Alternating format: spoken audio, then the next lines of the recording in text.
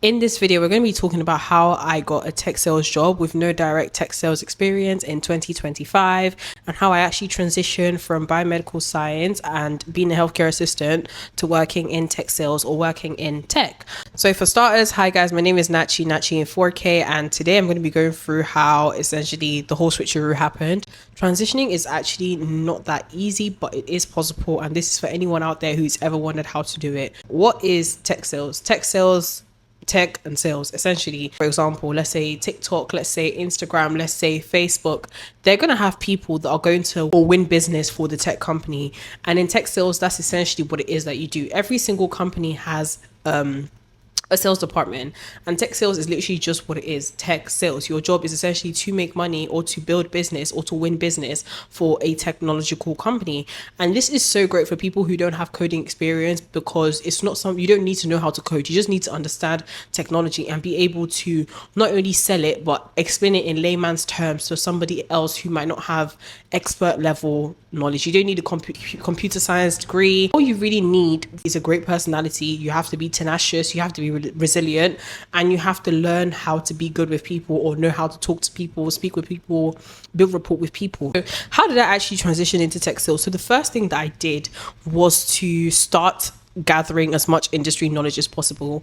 I know a lot of people say, when I was looking for experience, the first thing I did, it sounds mundane, but I went and watched a lot of YouTube videos, LinkedIn posts, podcasts, learned a lot about sales, learned the terminology around sales, what's the sales cycle process like what conversations are people having online about this thing, especially since I wanted to dive into it. Let's be honest, like these days we find out a lot of stuff from the internet, so switching up a career should be no different. It doesn't have to be a big thing. You could just do your own research and find out about it. So when I first found out about tech sales, I was like, okay, cool. Like, I have a personality of someone who can persuade people to do things, not only persuade people to do things, but also explain things in layman's terms. So I'm actually going to go and, do that.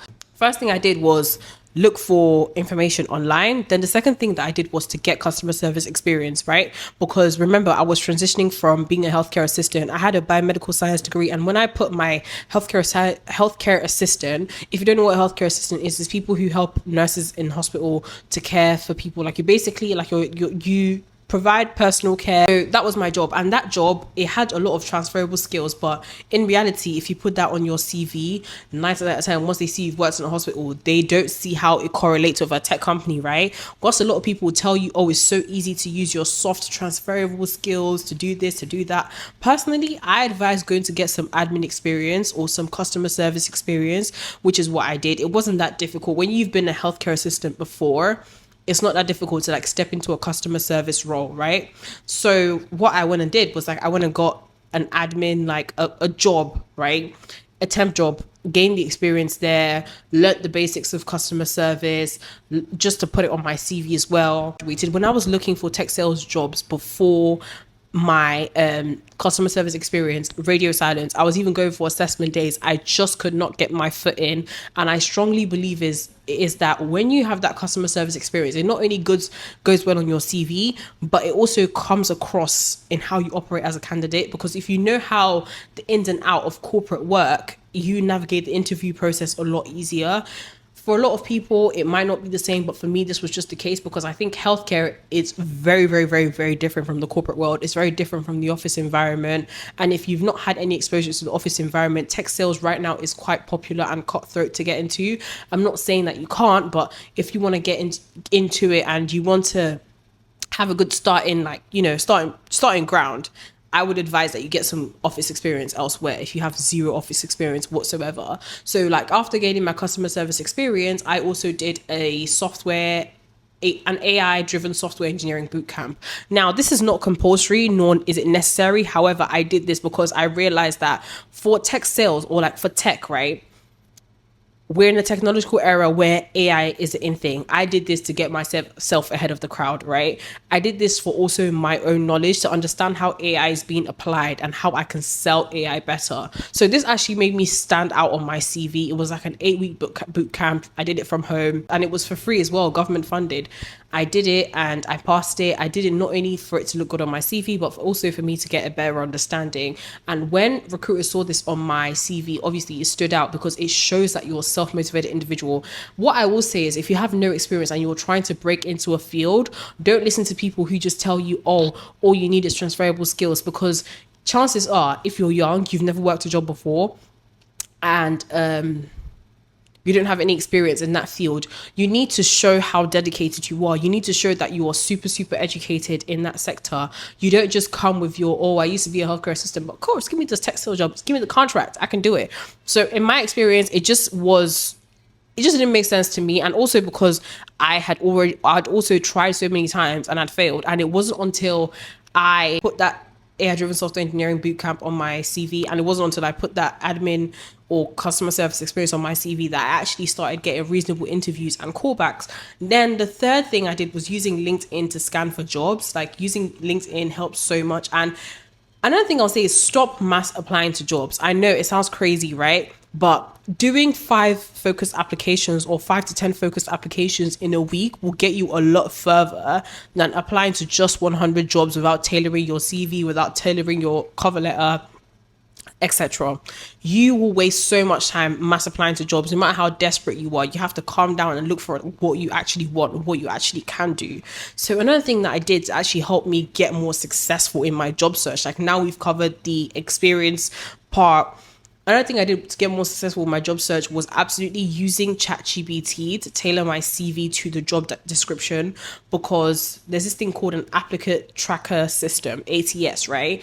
I would put a prompt into ChatGPT. Honestly, I don't remember the prompt off the top of my head, but I'm going to put something like it on the screen. It's going to say, ChatGPT, I'm going to copy the job description from LinkedIn and then paste it in ChatGPT. I would ask ChatGPT to make my CV 100% ATS compliant. That's the applicant tracker system, because think about it, in the office everything is digital. Nobody is standing there and reading 1,000 people's CVs. They're probably going to use software to scan it, and then people whose CVs have certain keywords or have what they're looking for, it'll pull it through. So it's for you to also use AI to your advantage. And you know, like if you're applying to tech jobs, a lot of tech companies are very, very, very, like, they're using software, so you should be using software to apply. They're using software in their interviews, so you should be using software and AI to prepare for interviews, right? And then for most tech sales jobs that I apply to, the first stage is a 30-minute screening where they talk to you about the company, they ask you about yourself, your background. This is where you want to get really comfortable with selling yourself and selling your soft skills, right? You also want to add that you want to make it like a conversation, right? You want to do your research about the company, not just about yourself. And you also want to ask the interviewers a lot of questions. You want to ask a lot of follow-up questions. Yeah, like I would say treat it like a conversation. And I will say, if you want to work in tech sales, get better at speaking.